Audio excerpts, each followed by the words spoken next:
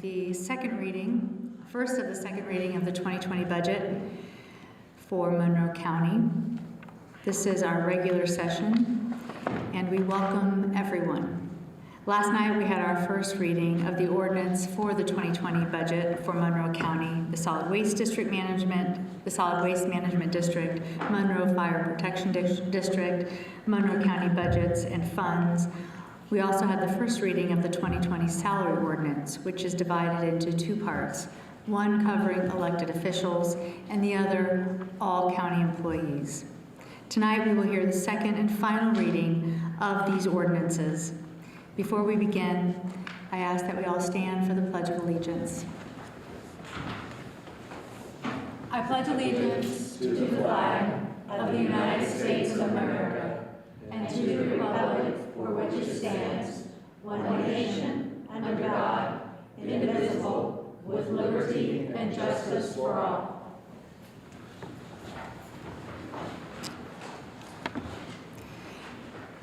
Let's begin with the Monroe County Solid Waste District Ordinance 2019-37.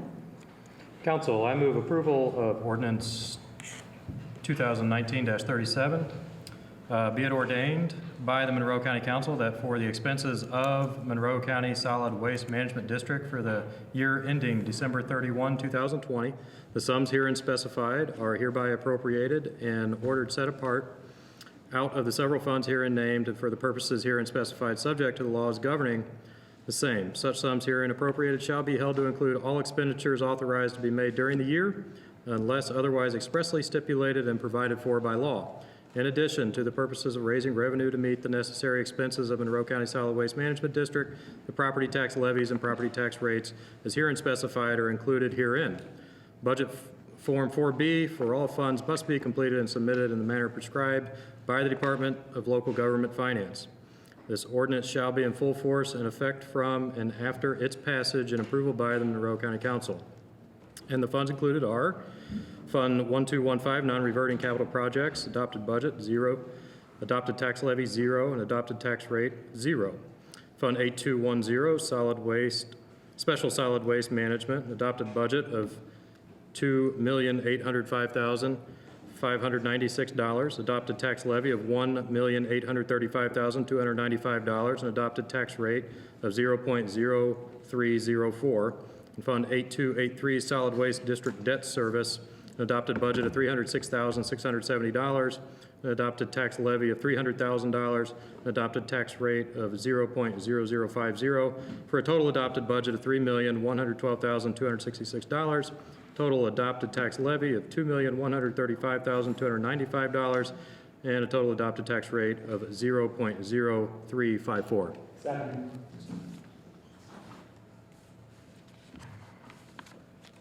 We will open with any further discussion from the council. We'll begin with council members on the right. I don't have any additional comments on the budget.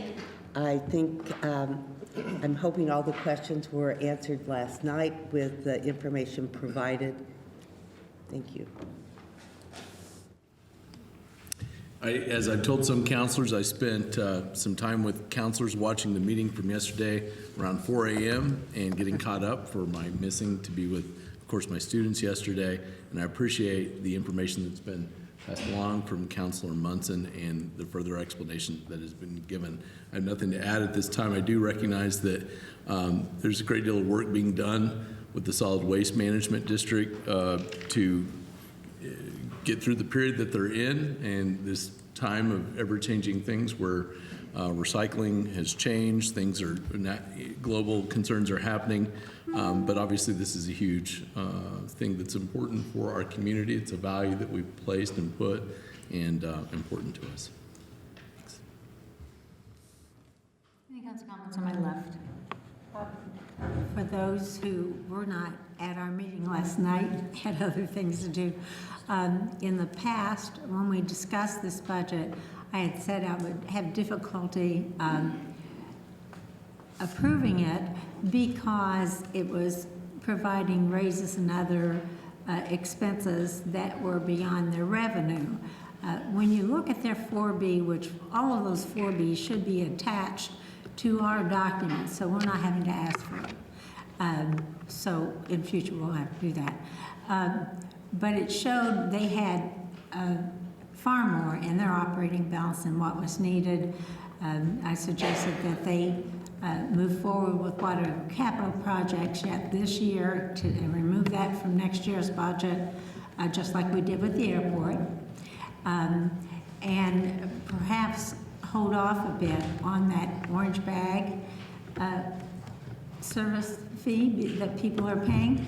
Now, I know that that's not our purview to tell them what to do about the price on the orange bags, but since I'd been contacted by so many in my district being concerned about it because they know what's happened in the past with trash going along the roadside. But with that being said, because their operating balance is far more than what would normally be allowed, I'm going to support it this year in hopes that if they don't see something turning around pretty quickly, that they will do some reduction in expenses. I just want to apologize for being late. Apology not necessary, but we're glad that you're here.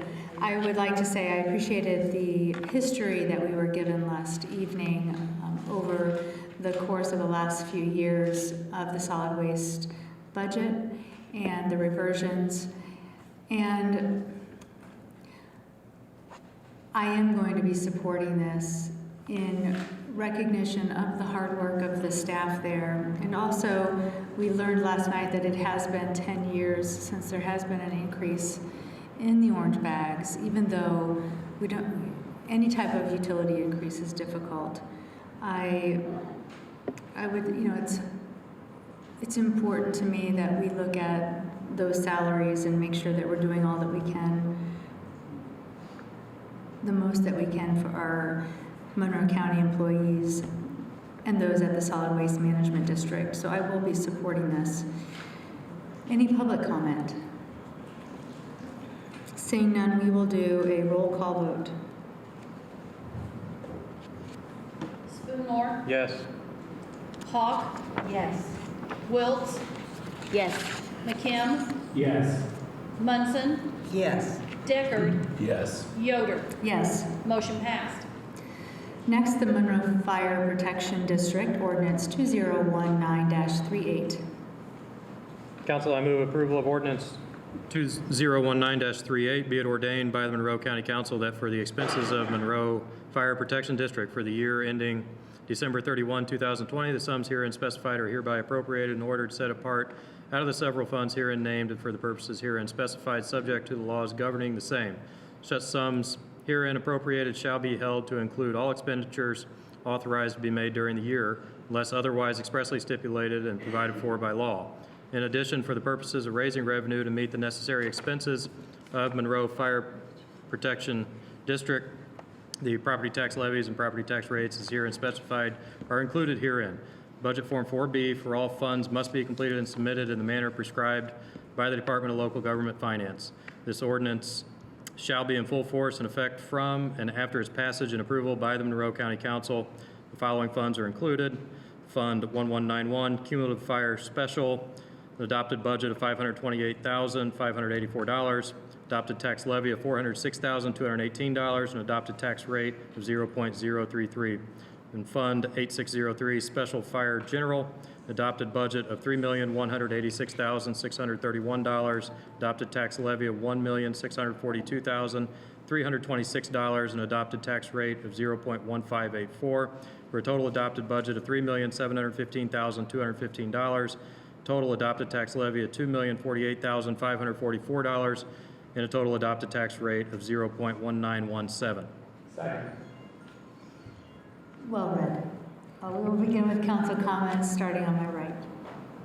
So this is the budget for the solid waste district, which includes the areas of rural Perry Township, rural Clear Creek Township, and Indian Creek Township.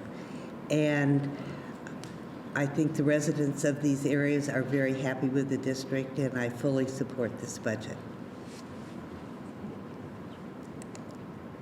I also support this budget.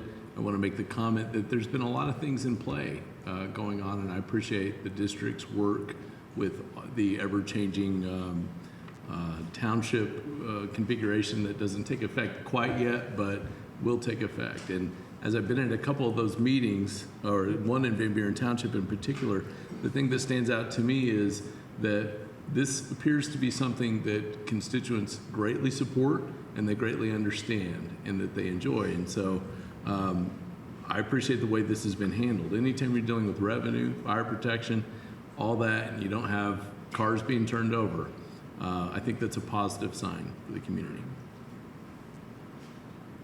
Agreed. Of course, a lot of that is in the district that I represent as well. And it has been an absolute delight to work with the staff there, the firefighters, the kind of support that they have throughout that whole district and the part that will be going into that new district. And so we've come a long way with that whole district, and congratulations to all the people who have worked so hard to make this work for the betterment of the entire, actually will work better for the entire county.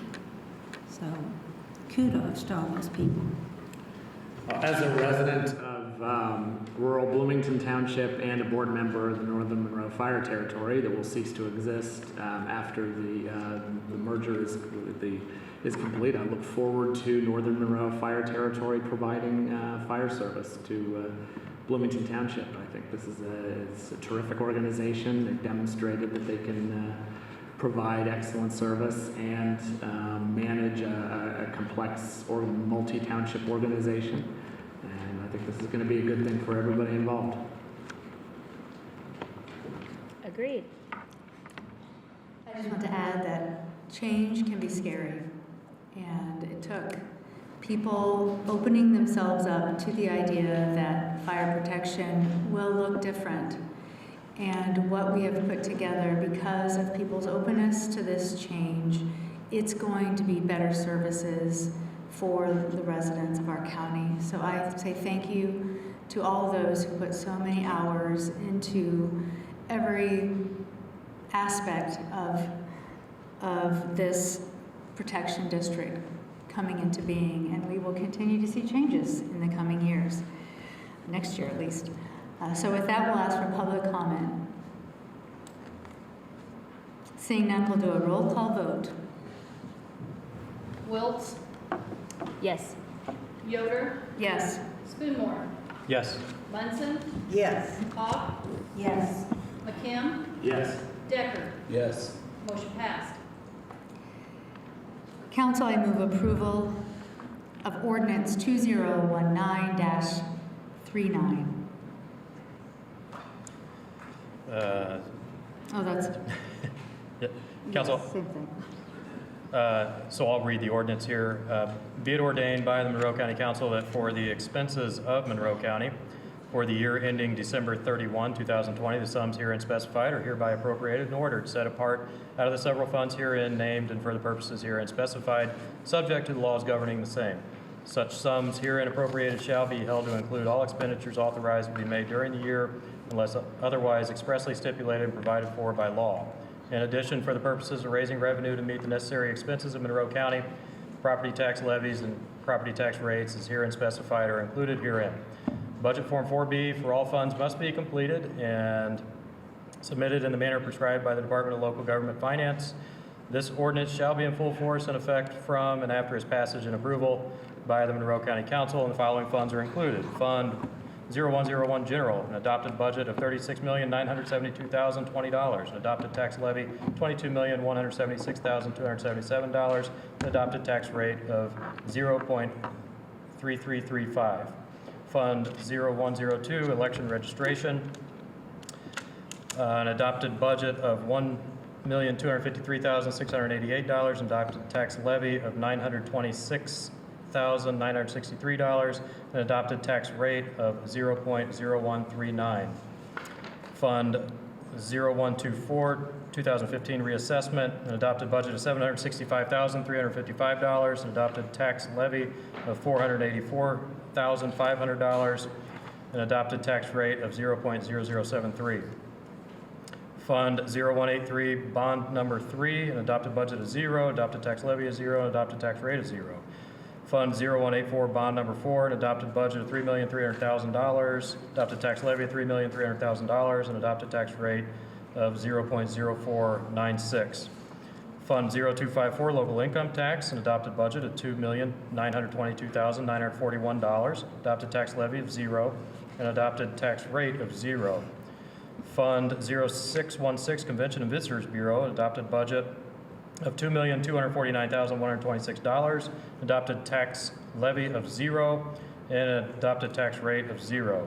Fund 0702, Highway, an adopted budget of $5,915,517, an adopted tax levy of 0, and adopted tax rate of 0.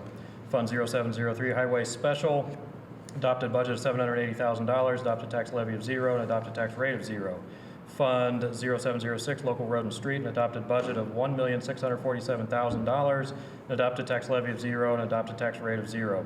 Fund 0790, Cumulative Bridge, an adopted budget of $580,042, adopted tax levy of $1,573,832,000, and adopted tax rate of 0.0213.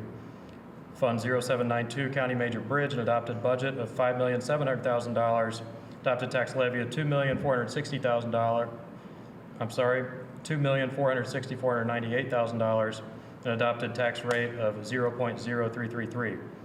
Fund 0801 Health, an adopted budget of $1,397,040, adopted tax levy of $667,560, an adopted tax rate of 0.01.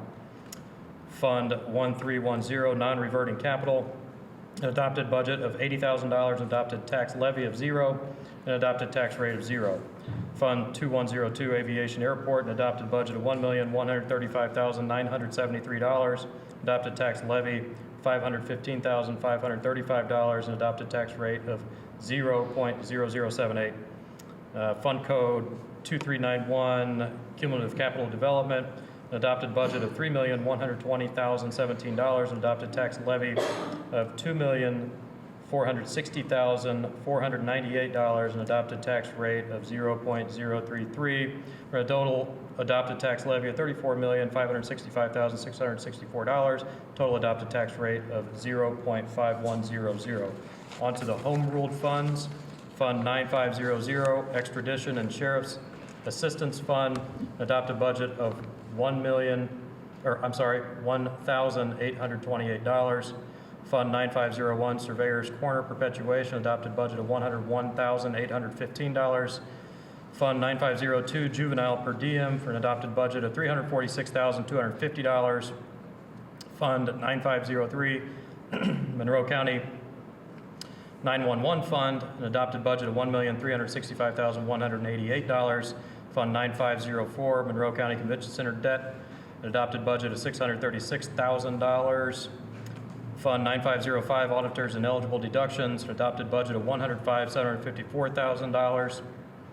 Fund 9508, User Fee Jury Pay, an adopted budget of $24,500.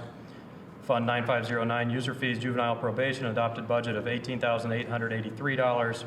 Fund 9510, User Fees Adult Probation, for adopted budget of $279,376. Fund 9511, User Fees Project Income Job, for an adopted budget of $471,932. Fund 9512, Supplemental Public Defender Services, for an adopted budget of $1,025,708. Fund 9513, Clerk's Record Perpetuation, for adopted budget of $116,223.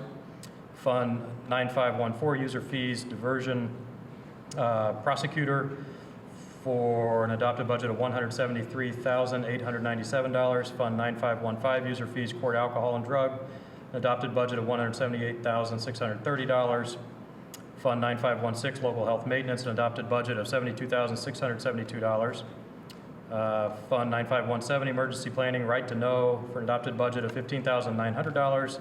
Fund 9519, Misdemeanor County or Community Corrections, an adopted budget of $122,450. Fund 9521, Alternative Dispute Resolution, adopted budget of $21,000. Fund 9522, Sales Disclosure County Share, an adopted budget of $31,538. Fund 9523, Convention Visitor Capital Improvement and Maintenance, for an adopted budget of $100,000. Fund 9524, County Offender Transportation, adopted budget of $3,000. Fund 9525, Local Health Department Trust Account, an adopted budget of $61,810. Fund 9526, User Fees Problem Solving Court, an adopted budget of $49,507. Fund 9527, West Side Economic Development, Richland Township TIF, an adopted budget of $1,932,419.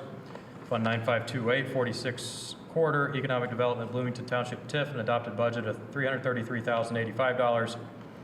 Fund 9529, Fullerton Pike Economic Development TIF, adopted budget of $172,535. Fund 9530, Plat Book, for an adopted budget of $53,025. Fund 9531, Convention Center Operating, for an adopted budget of $574,688. Fund 9532, User Fees Cable Franchise, an adopted budget of $291,019. Fund 9535, PSAP Interlocal, an adopted budget of $2,263,238. Fund 9544, Identification Security Protection, an adopted budget of $10,500. Fund 9552, Stormwater Management, an adopted budget of $1,738,884. Fund 9559, County Elected Officials Training, for an adopted budget of $30,000. Fund 9571, Public Safety Lit, for an adopted budget of $2,514,463. Fund 9588, Federal Award Title 4D, an adopted budget of $44,345, for a total Home Ruled Funds budget of $15,282,062.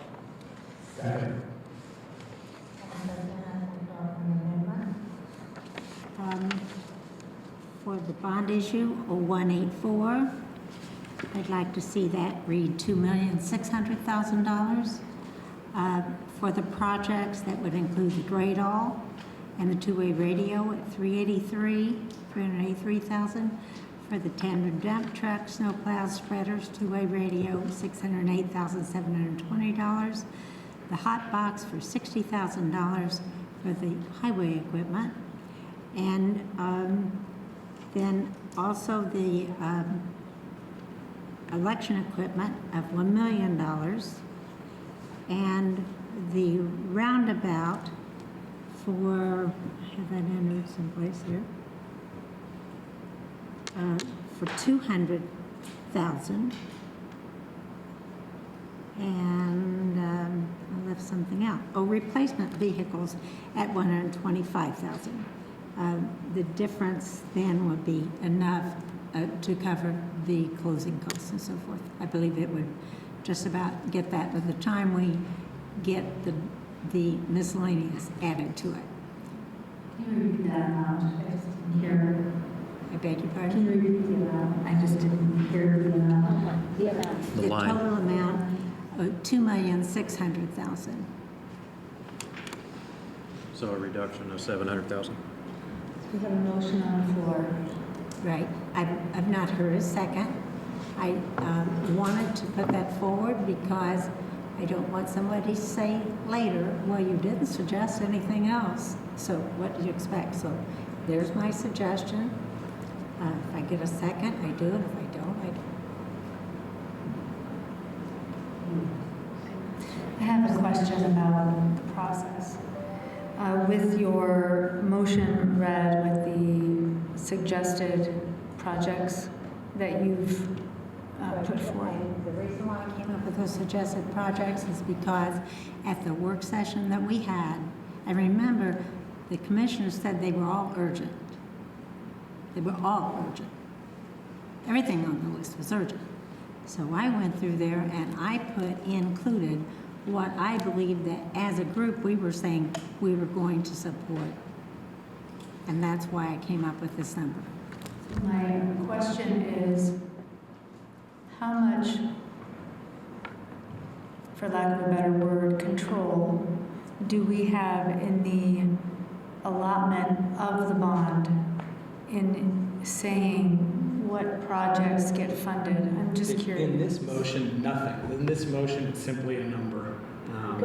Let me make it clear. She was just justifying. It could be a part of my motion, and if it's accepted at that, that is a part of my motion, because otherwise, we're just saying, here's your money, and we'll figure out later whether or not we agree on the projects. Now, had we been able to get all this done well in advance of this budget time, as we should have done, had we had all the information timely, we would not be doing this all last minute like last night and tonight. But at any rate, I mean, I absolutely understand if no one wants to support that, but that's what I could support. And I'm not going to support a blanket check, just not going to do it. And just for purposes of public, currently it is 3.3 million, and your motion is 2.4. Is that right? 2.6. It was 2.6, excuse me. 300 is where we were last night. And I reduced it to 2,600,000. That doesn't mean that other projects can't happen. They can happen with cash that we have on hand, or cash that we might end up with extra next year, just like we did with the solid waste. But there you go. Point of order, we're having an awful lot of discussion about something that hasn't been seconded yet.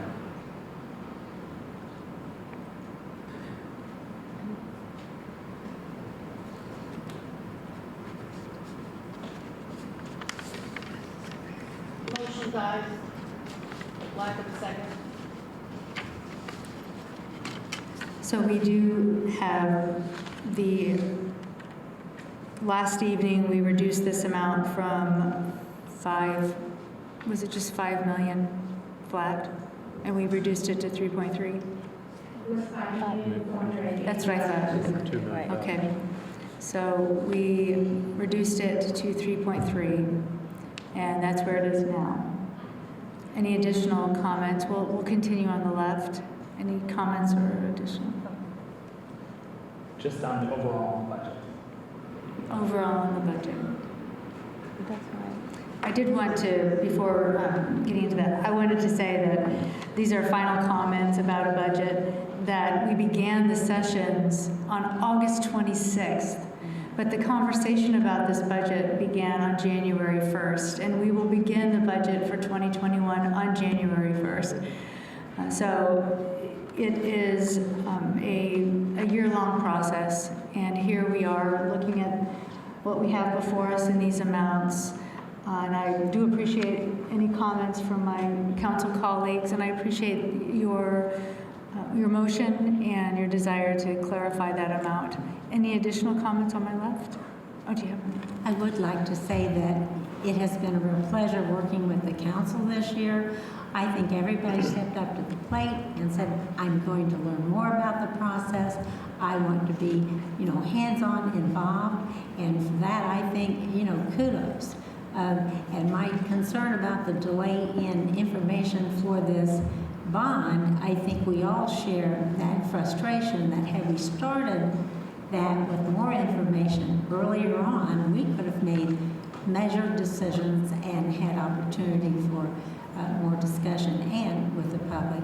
So, and I think we'll hopefully work better together with the commissioners next year when this happens.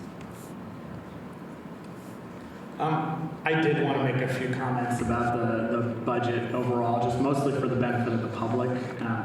I think overall we're adopting what you might call a maintenance budget this year, and that means that kind of by and large we maintain the existing levels of funding for programs and services. One of the big increases this year was the need to fund the 27th payroll.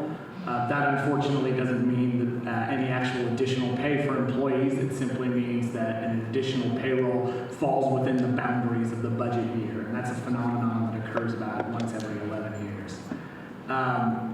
Almost like an astronomical phenomenon. We funded an increase in the cost of providing health care to county employees in the amount of $300 per position. And we provided a cost of living increase of 35 cents an hour, which is approximately 1.3% overall. That's slightly over the Midwest CPI increase, which is what we normally use as our benchmark for cost of living. And it's been our practice over the years, we alternate between giving the increase as a straight percentage amount versus a flat amount. This year, we're giving the increase as a flat amount, which means a larger proportional increase for lower paid positions versus higher. So some of the other highlights of the budget include increases in funding for community mental health and developmental disabilities. We made some internal changes regarding staffing the council office, in that we moved the council assistant and council attorney positions to the auditor and county legal respectively, but we moved a budget manager position into the council office.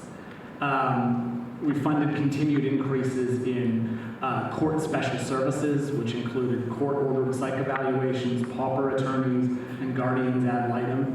And in a similar vein, we added a deputy public defender, a new position, and increased the hours of support staff for the public defender's office. We increased the Sophia Travis Community Services Funding Program by $5,800 to $130,000. We added funding in our Parks and Recreation budget for maintenance of our greenways and appropriated the funding for a part-time position and equipment for a maintenance hub along one of the greenways. We moved an administrative assistant in the prosecutor's office out of pretrial diversion into the general fund, ensuring that finally that fund is no longer used to subsidize basic operations of the prosecutor's office in any way. This has been a project that has been a decade in the making, but it's important in order to remove a potential source of at least perceived conflict of interest, where you're making money off of arrests. And so even though that in reality hasn't happened, that is certainly a perceived conflict, we have finally taken the last step with the prosecutor's office to remove that. We added a survey technician position that's split between the surveyor's general fund budget and the surveyor's corner perpetuation fund. You remember that was probably one of the more controversial moves. We increased funding for youth services necessitated by the larger building, and also by some unfunded mandates by the Department of Child Services for licensure. We funded an election budget of $1,253,688 for what will likely be an unprecedented election, plus an additional $1 million for what much needed election equipment that at least so far is in the discussion for the proposed bond. We're making use of our relatively new major bridge fund with $5 million for the Fullerton Pike Bridge and $700,000 for a bridge on Mount Tabor Road. We funded a number of maintenance and training related improvements at the airport. We funded over $100,000 in replacement body armor for the Sheriff's Department. And then finally, although this was not part of the budget process per se, during the presentation and discussion of the financial statements, we agreed to transfer $1.5 million into the rainy day fund, which we will still need to do, and we can do and still maintain a healthy operating balance in the general fund. So like I said at the beginning, this is really a maintenance budget, and it leaves us several important tasks for the next year, and I'll just mention two of them briefly. Compensation. We need to look at and most likely increase the compensation levels for many of our job classifications. One of the issues that we're faced with is a never-ending stream of requests for reclassification, when really the underlying issue is that the pay is too low. Our Personnel Administration Committee and our council attorney have been working with departments diligently to get all of our position descriptions in order. Once that project is completed, we need to take a serious look at the wage levels of our positions, and if they're not competitive, then we need to fund the appropriate increases. And then, of course, one thing that is noticeably missing from this budget is major changes or new investments in justice-related reforms and programs. Although there are many initiatives that I think most of us probably agree we need, like additional mental health support in the jail and additional diversion opportunities to keep people out of jail, I think the general consensus is that it didn't make sense to make a lot of changes while we have a systematic and comprehensive study of our justice system in progress. When we get those results early next year, we'll have a better body of evidence and recommendations with which to make systematic and prioritized investments, potentially in both facilities and services. So I would expect this to be a major topic of discussion among the council this year. And so I apologize for making these comments so long, but I wanted to kind of summarize for the public's benefit what we've done here. And I also wanted to thank all of you, my colleagues, and all the other county employees and elected officials for working so well with us on this annual, somewhat painful, but critically important exercise. And particularly thank our council president and President Pro Tem for all their heavy lifting on this budget process. Councilor McKim, you make county budgeting sound like poetry.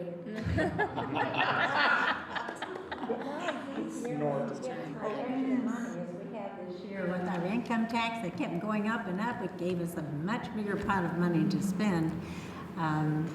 So, you know, the taxpayers did help us to make this budget work. And you highlighted it so well, and also Shine, you brought to light some things that we will really need to look at next year, and so thank you for those words. I really appreciate it. And I know the county does, listening to I'll that. tell you what, I think everybody here loves county government, or we wouldn't be here. Councilor Welts. I can't follow that. Thank you. That was great. I feel like we did a lot after I listened to that. It's like, oh, that's what we've been doing. Sometimes just when you just look at that, you know, at the very end stage, you just look at those numbers there. It's like, what's that? And it's Yeah. Yeah. It's a lot of hard work from the people who live in this county. It's just hours and hours of making it happen. Council comments on my right. I'm not going to say anything more than Councilor McKim about the actual budget and what this meant for the work over this last year and what's ahead for next year. But I want to highlight the work of our staff that has made our work possible. They actually have made our work possible. Because if we had to spend the time digging for all the facts and figures that are put together, I don't think we could do our job as well as we do it. And I want to just call them out by name because they have been so important. Kim Schell, Lori Robinson, Kathy Smith, who is our elected auditor, and Margie Rice, who is our council attorney. Thank you all for helping us do a good job for the county. Thank you, Councilor Munson. Thank you very much. I'll make some brief comments. I think as the newest person on the council, probably that's appropriate.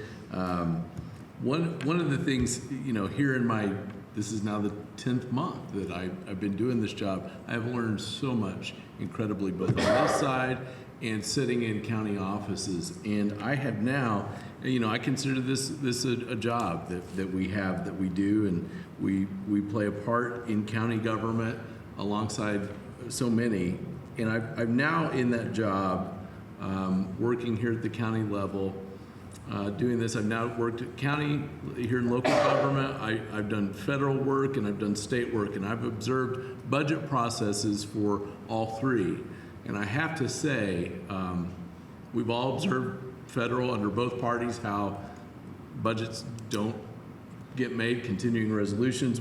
The state's got a 2-year process that, as a former agency person, I can tell you is not an ideal process. But this county budget literally comes together from day one, starting in departments, gets here, gets done, it happens. There's not a lot of fanfare, not a lot of headaches, but things happen, and we tackle headaches. Sometimes it's not so-called as sophisticated as what our counterparts do, but it sure turns out real nice. So if you think about what Councilor McKim so gracefully said about what we've done, you can see that in 2019, this first year after the bicentennial, that we're beginning this process where all these things are changing for the county. Just on this council alone, the members that have changed, the staff that have changed, the things looking forward. And I agree with him very much as we continue to look What are we going to do about pay? How are we going to attract in this economy right now where unemployment's so low? How do we attract and take care of our folks because they are literally taking care of us every day? What is the future of justice in this county? This is an evolving question in this country, and this community is really invested well in having that conversation here. So I kind of look at this next year of learning for me. I look at this as the opportunity to do the next things and to continue to grow. And it will literally begin day one in those meetings, listening, doing things, and all the wonderful things that can do that. And if you think about this for just one moment, county government, if you look at it with the multiple executive heads, legislative, fiscal bodies, departments, some are under an elected, some are not, all over the place. Theoretically, it would be the one that would have the most disastrous of results in this process. But yet, here it is, October, it's all coming together. There's no midnight thing, nothing waiting, no one screaming, at least not this year. And so, you know what? Think government can work. It is working. And I very much have enjoyed this process. I know we have more to do, and we'll do it. We always do it, but we'll do it. Thank you. So this was personally the most enjoyable budget that I have worked on in my time on council since 2015. You know, anytime you have, you're working with millions and millions of dollars and you've got 7 elected officials trying to make decisions on things, it's not always going to be peaches and cream. You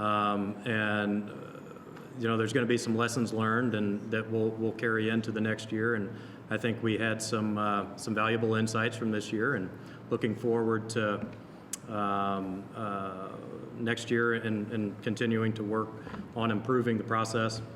But overall, this is a great group of people to work with. I want to thank all my colleagues for all the work that they put into it. I want to thank the county employees and department heads who took so much time to work with us and explain their budgets, and the taxpayers too, for giving us this privilege to do this job. It truly is an honor and a privilege. You know, one of the things that was most rewarding for me, and this may sound kind of like something small maybe, but to me it was really important. And I think that, you know, this particular budget, as Mr. McKim referred to it, as kind of a maintenance budget, but I think maintenance budgets like ours here really prioritizes our people. And in particular, our part-time and hourly employees. I was really pleased to see that we could make some advances with compensation to those folks. I think right now we don't have a single county employee that will not be earning a living wage going forward. So I'm very proud of that.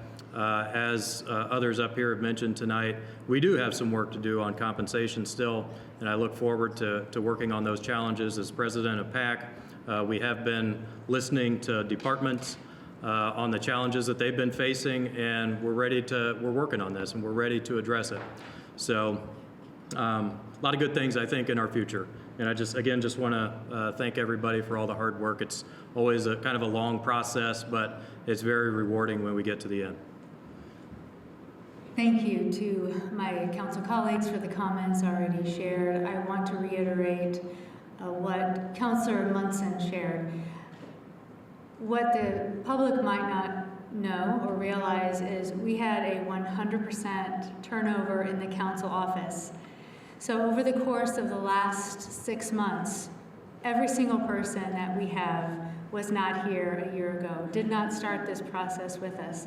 That is extraordinary, and it is because of the phenomenal human beings that you are and the dedication that you have for Monroe County and the serious approach that you take to the work that you do. 100% professional every step of the way. And I want to say thank you. I want to say how much I appreciate all of the extra work that you put into this to make sure that the process was smooth in order to serve the residents of this county as well as you have. So thank you. And thank you to my council colleagues for an extraordinary budget year. Yes. From the auditor's office, I would like to express thanks for the sweet words that you guys all said. When we started this year, and really when I started the term as auditor, you know, Lori and I, we wanted to present to the council what you have to do and the challenges that you have to make things not only easier, but to streamline them and to make the decisions, you know, almost jump out at you, right? What is the best method? What is the best practice? And I think having the position of budget director, which Kim, you know, greatly rocks that position.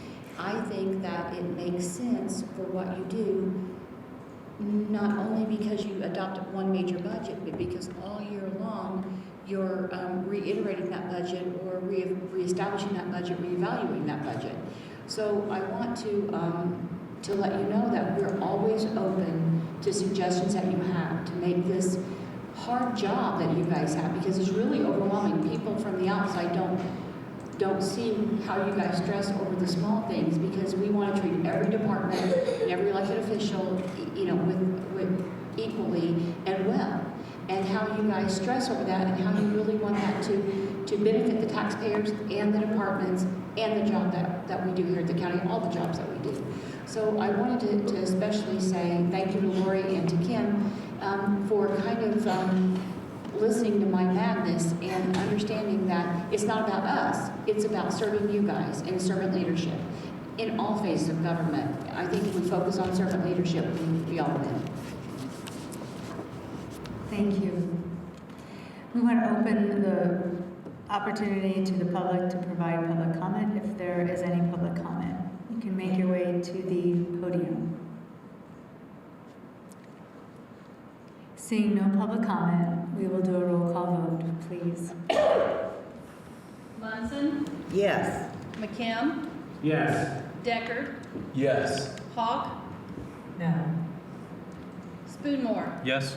Yoder, Yes. Wiltz. Yes. Motion passed. We will now hear the salary ordinance for, Madam President, could I would like the public to understand why my no Certainly. vote. Because of the way the documents are put together that we have to sign for the state, you either say you agree with everything or nothing. They don't give you a chance to just say, I'll approve the appropriations of the tax rates or whatever. No. So if I don't agree to the bond, that means I don't get to agree with anything else. So that's the reason why I did try to get something on that bond that I could have supported. And that doesn't mean I don't support many of the other good things in the budget. But the way they had that Form 4 put together, it's do or die. So, thank you for allowing me to share that. absolutely. Are we reading the salary ordinances? I believe we need to. Yes. We will now begin with the reading of the elected official salary ordinance. Council, I move approval of ordinance 2019-40A.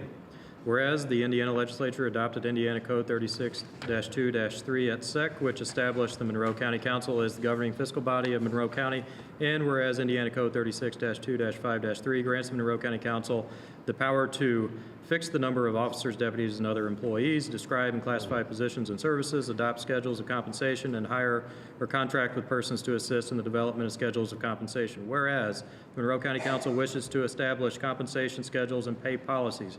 Now be it ordained by the Monroe County Council of Indiana that this ordinance affixes the number of and compensation for elected officials of the county from the period of January 1, 2020 to December 31, 2020, whose salary is comprised of funds payable from any county fund or budget as provided by Indiana Code 36-2-5 at SEC, are hereby solidly fixed, and the following maximum level of salary is shown on the salary compensation grids. All payments made pursuant to this ordinance are contingent upon the strict compliance with and adherence to the Monroe County Personnel Policy Handbook.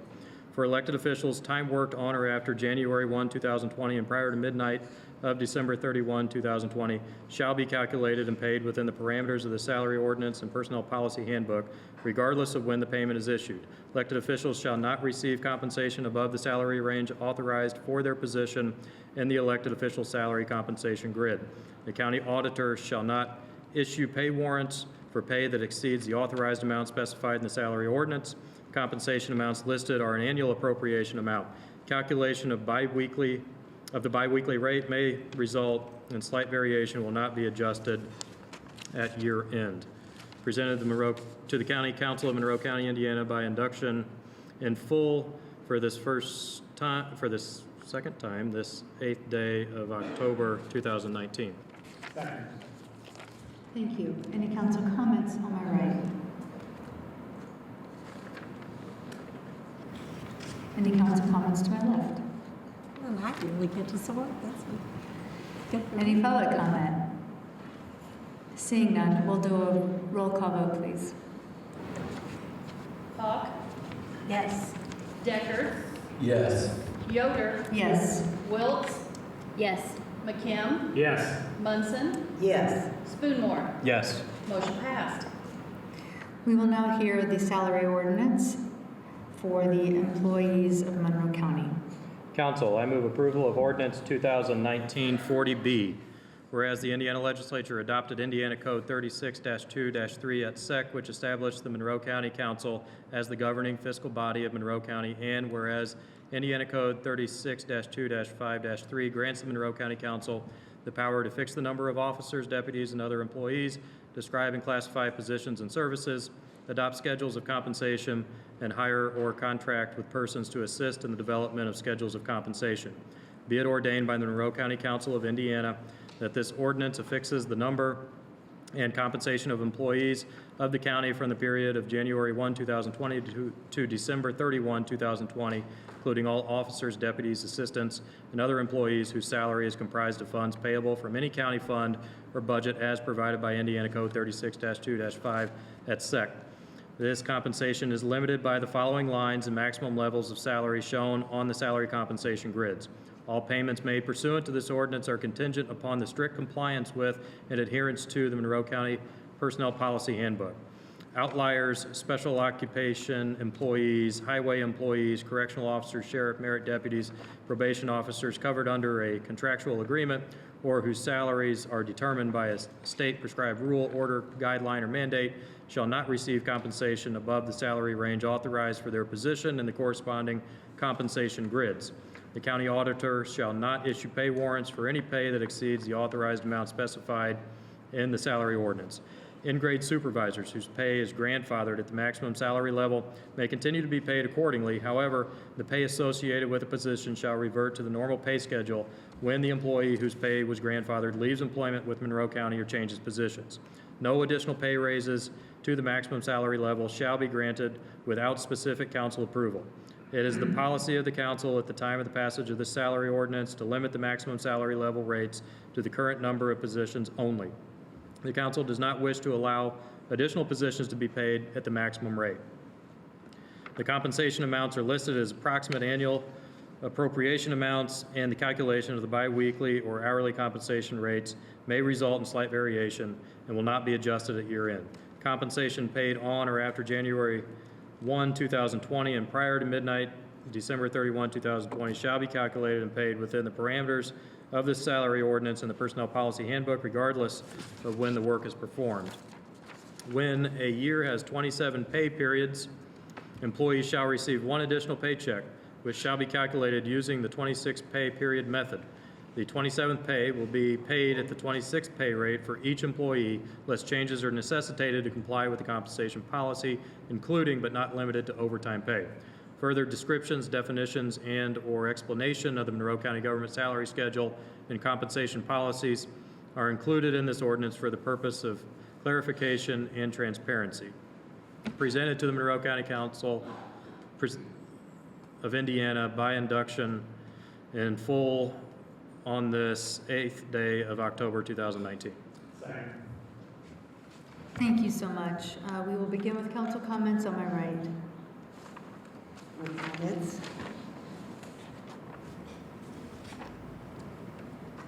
Any council comments on my left? Once again, we need to thank council staff for an amazing job of putting together the salary ordinance. It's a huge job, and she could not do it without the help of all the department heads. because she sends out this information and they're supposed to be reviewing and get back to her to make sure if there's anything missed so that they can try to pick it up.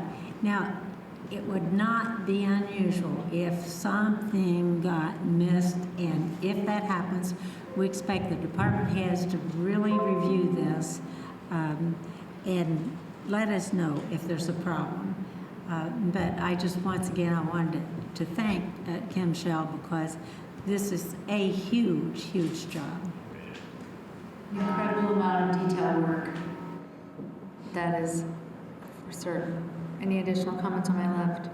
No, I heard Councilor Hawk. I really appreciate Kim's work on that, and I know Lori's put a lot of effort into the salary ordinance as well. It's made it so much easier for us. Yes, thank you.